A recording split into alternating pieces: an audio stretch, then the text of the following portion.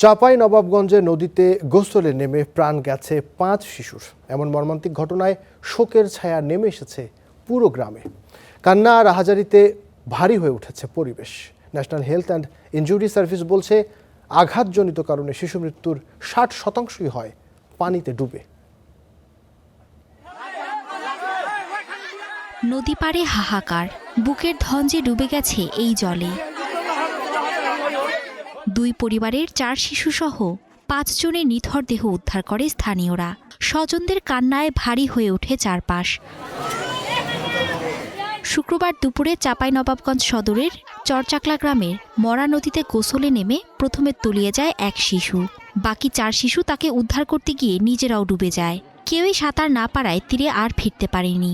আমরা নামাজ পড়তে গেছি, বাড়িরগুলো সব গোসল করতে গেছে, ফাঁকা পেয়েছে, 5 জনই চলে গেছে। 2 পরিবারে দুটা করে, আর এক পরিবারে একটা, 5 জন মারা গেছে।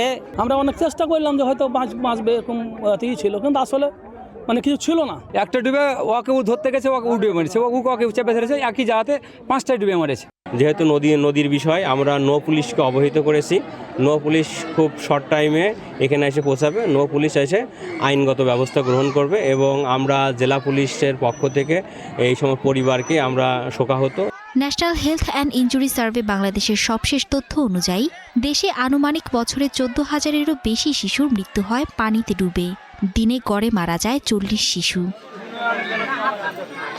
জরিপ অনুযায়ী আঘাতজনিত কারণে দেশে যত শিশুর মৃত্যু হয় তার প্রায় 60%ই পানিতে ডুবে মারা যায়। গণমাধ্যমে প্রকাশিত তথ্য অনুযায়ী 2020 সালে পানিতে ডুবে যত মানুষ মারা গেছে, এতে 9 বছর বা তার চেয়ে কম বয়সী শিশু ছিল 65%। প্রতি বছরই এই সংখ্যা বাড়ছে। 2023 সালে এটি ঠেকেছে 87%। জেলাভিত্তিক যতটা তথ্য পাওয়া যায় তাতে পানিতে ডুবে শিশু মৃত্যুতে প্রথম দিকে রয়েছে চট্টগ্রাম, নেত্রকোনা, কক্সবাজার, চাঁদপুর, ভোলা, লক্ষ্মীপুর, রংপুর, পটুয়াখালী ও সুনামগঞ্জ। Mithila Anjum, Star news.